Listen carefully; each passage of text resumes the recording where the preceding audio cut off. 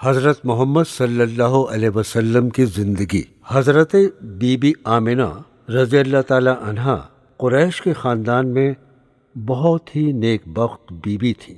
ان کی شادی مکہ شہر کے سردار حضرت عبد المطلب کے بیٹے حضرت عبداللہ رضی اللہ تعالی عنہ سے ہوئی تھی، اور اللہ تبارک و تعالیٰ کے پیارے محبوب حضرت محمد صلی اللہ علیہ وسلم ان کے بیٹے تھے۔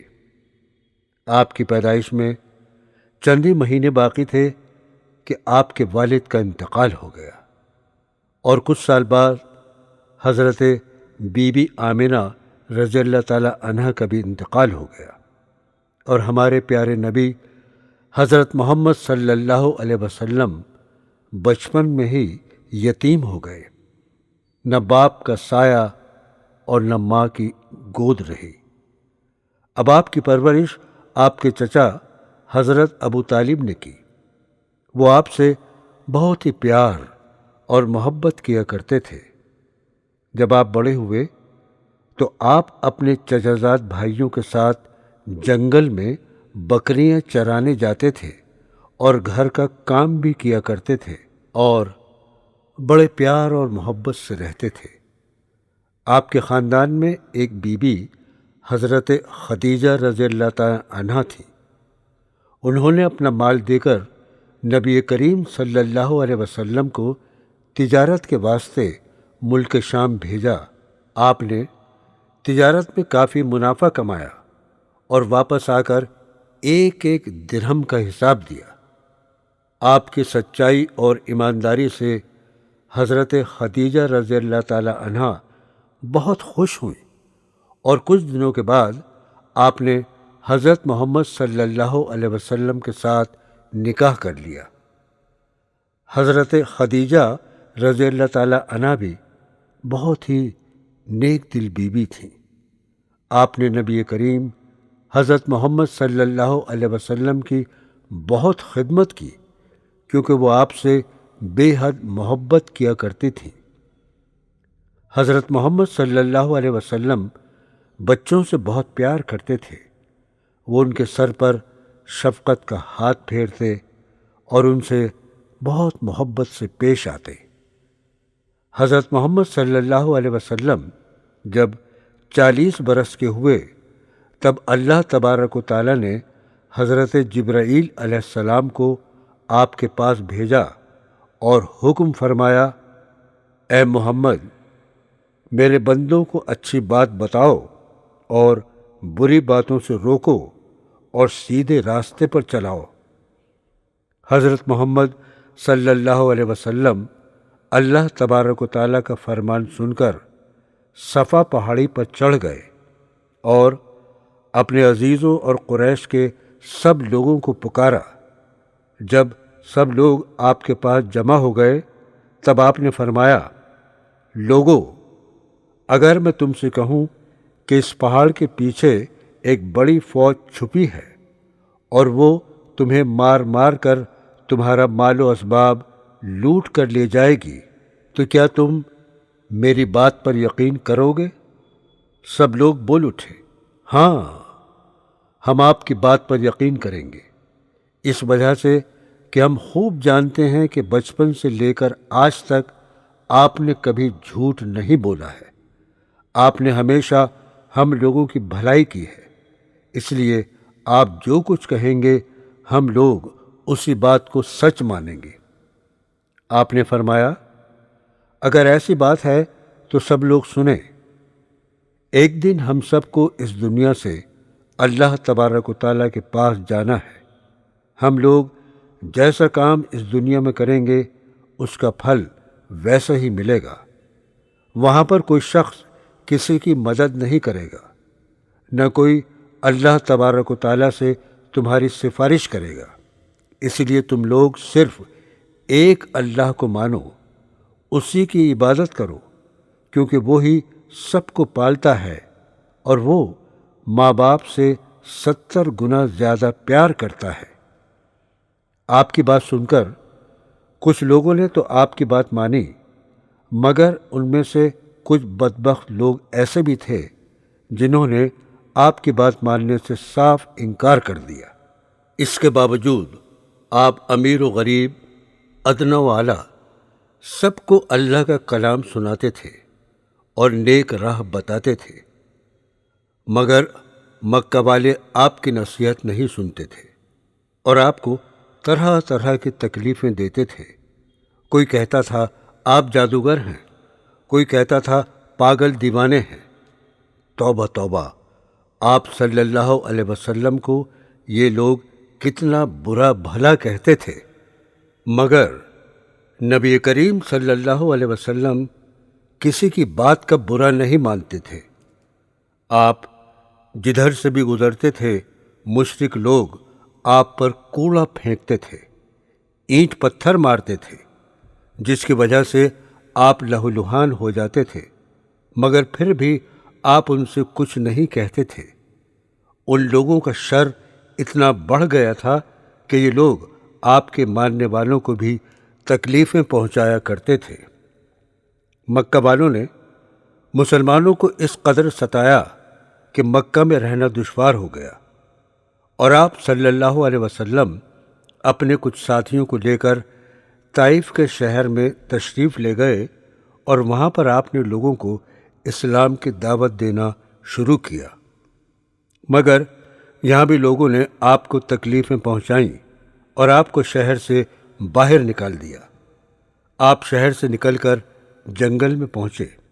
وہاں پر آپ نے ایک کھجور کے درخت کے نیچے بیٹھ کر اللہ تبارک و تعالیٰ سے دعا مانگی، اے پروردگار، اگر تو خوش ہے تو کچھ غم نہیں، میں تیرا پیغام لوگوں تک پہنچاتا رہوں گا، مگر تو میری مدد فرما۔ حضرت محمد صلی اللہ علیہ وسلم اپنے ساتھیوں کے ساتھ طائف سے مکہ واپس آ گئے۔ ایک رات نبی کریم صلی اللہ علیہ وسلم سو رہے تھے، تبھی اللہ تبارک و تعالیٰ نے حضرت جبرائیل علیہ السلام کو بھیجا اور آپ کو آسمان پر بلایا۔ حضرت جبرائیل علیہ السلام پہلے آپ کو بیت المقدس لے گئے، وہاں آپ نے نماز پڑھی، پھر وہاں سے آپ کو آسمان پر لے گئے، جہاں آپ نے حضرت عیسیٰ علیہ السلام، حضرت موسیٰ علیہ السلام، حضرت نوح علیہ السلام، حضرت یوسف علیہ السلام، حضرت ادریس علیہ السلام اور حضرت آدم علیہ السلام سے ملاقات کی۔ پھر اللہ تبارک و تعالیٰ نے آپ صلی اللہ علیہ وسلم کو اپنے پاس بلایا اور آپ سے کلام کیا اور آپ کو اعلیٰ مرتبہ عطا فرمایا، اور حکم دیا اپنی امت کو فجر، ظہر، عصر، مغرب اور عشاء پانچوں وقت کی نماز پڑھنے کی تاکید کرنا۔ اس کے بعد آپ صلی اللہ علیہ وسلم اللہ تبارک و تعالیٰ کے پاس سے واپس آئے، اور آپ نے آسمان کے عذابات دیکھے، فرشتوں اور نبیوں نے آپ کو مبارکباد دی۔ پھر حضرت جبرائیل علیہ السلام نے آپ کو وہیں پہنچا دیا جہاں سے وہ آپ کو اللہ تعالیٰ کے حکم سے لے گئے تھے۔ کچھ دنوں کے بعد آپ نے مکہ سے مدینہ ہجرت کی، مگر دشمنوں نے آپ کا پیچھا نہیں چھوڑا۔ آپ کے ساتھ آپ کے ہر دل عزیز حضرت ابو بکر صدیق رضی اللہ تعالیٰ عنہ بھی تھے۔ جب آپ نے دیکھا کہ ہمارے پیچھے دشمن لگے ہیں اور وہ ہمیں جان سے مارنا چاہتے ہیں، تو آپ نے ایک غار میں پناہ لی اور اطمینان کی سانس لی، خدا کا شکر ادا کیا اور کہا، کیا غم ہے، اللہ ہمارے ساتھ ہے۔ خدا کی قدرت دیکھیے، اس غار کے منہ پر ایک مکڑی نے جالا بن دیا، اور وہاں پر ایک جھاڑی نمودار ہو گئی، اور اس پر ایک پرندے نے اپنا گھونسلہ بنا لیا اور انڈے بھی دے دیے۔ دشمن آپ کو تلاش کرتے ہوئے وہاں سے آگے نکل گئے۔ اس طرح اللہ تبارک و تعالیٰ نے اپنے نبی کی حفاظت کی۔ حضرت محمد صلی اللہ علیہ وسلم نے مدینہ پہنچ کر مسلمانوں کے ساتھ مل کر ایک مسجد تعمیر کی، اور آپ نماز کے بعد لوگوں سے فرماتے تھے، جو شخص اللہ کی مخلوق سے محبت رکھتا ہے، بچوں کو پیار کرتا ہے، اللہ تبارک و تعالیٰ اس پر مہربان ہے۔ لوگوں، محتاجوں کو کھانا کھلاؤ، غریبوں سے اور غیروں سے نیک سلوک کیا کرو، خود نیکی کرو اور دوسروں کو نیکی کرنا سکھاؤ۔ یہودیوں کے ایک سردار عبداللہ بن سلام نے جس وقت نبی کریم صلی اللہ علیہ وسلم کی نصیحت سنی اور آپ کے چہرے پر اللہ کا نور چمکتا ہوا دیکھا تو فوراً کلمہ پڑھا۔ اس طرح بہت سے مدینے والے مسلمان ہو گئے۔ دشمن اسلام یہ حال دیکھ کر بہت ناراض ہوئے اور انہوں نے مسلمانوں کو قتل کرنے کا منصوبہ بنا لیا، اور احد کی لڑائی میں دشمنوں نے اللہ کے رسول حضرت محمد صلی اللہ علیہ وسلم کو پتھروں سے زخمی کر دیا۔ آپ غش کھا کر گر پڑے۔ دشمن سمجھے آپ ختم ہو گئے، مگر اللہ تبارک و تعالیٰ نے آپ کو زندہ رکھا۔ آپ اٹھ کھڑے ہوئے اور اپنے دشمنوں کے واسطے آپ نے دعا فرمائی، اے پروردگار، میری قوم کو ہدایت دے، یہ جانتے نہیں ہیں۔ ایک مرتبہ آپ ایک درخت کے نیچے تنہا سو رہے تھے، تبھی ایک دشمن وہاں پر آ گیا اور تلوار میان سے نکال کر کہنے لگا، اے محمد، اب تم کو کون بچا سکتا ہے؟ آپ اٹھ بیٹھے اور آپ نے فرمایا، میرا اللہ مجھے بچائے گا۔ یہ کہہ کر آپ نے اس سے تلوار چھین لی اور آپ نے فرمایا، اب تو بتا، تجھے کون بچائے گا؟ وہ بولا، مجھے تو تم ہی بچاؤ گے۔ یہ سب دیکھ کر آپ صلی اللہ علیہ وسلم نے تلوار پھینک دی اور اس سے کہا، رحم کرنا سیکھ۔ حضرت محمد صلی اللہ علیہ وسلم کے پاس کوئی محتاج آتا تو آپ بھوکے رہتے اور اس کو اپنا کھانا کھلا دیتے۔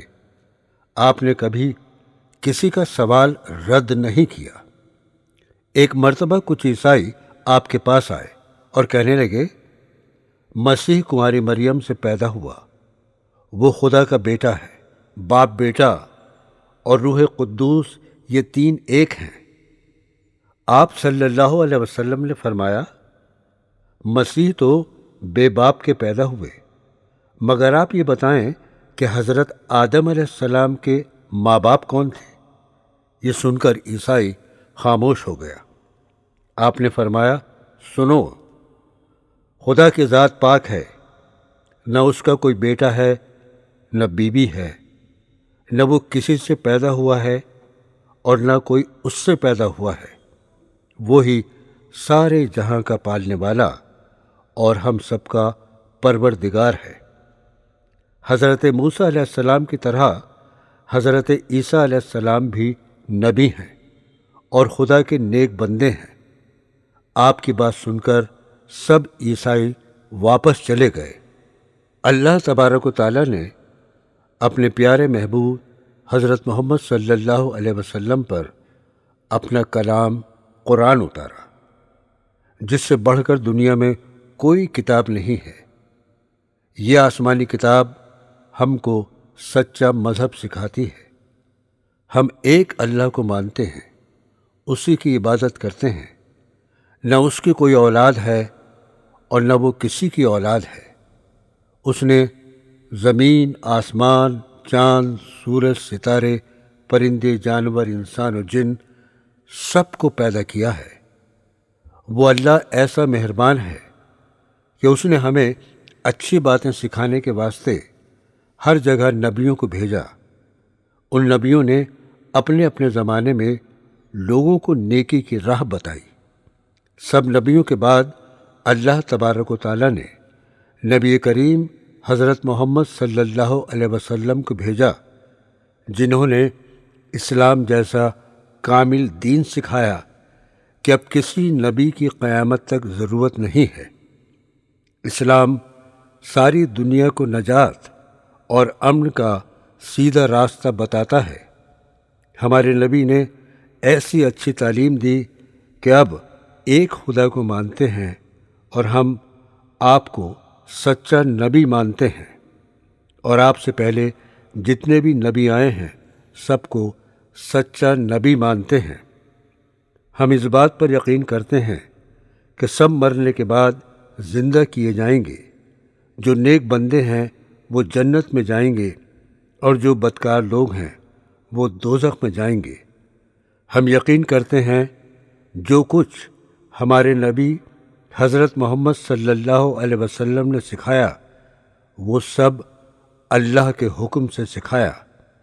ہم سب گناہگار ہیں، مگر اللہ کی رحمت سے نا امید نہیں ہیں۔ اللہ تبارک و تعالی ہم سب کے گناہ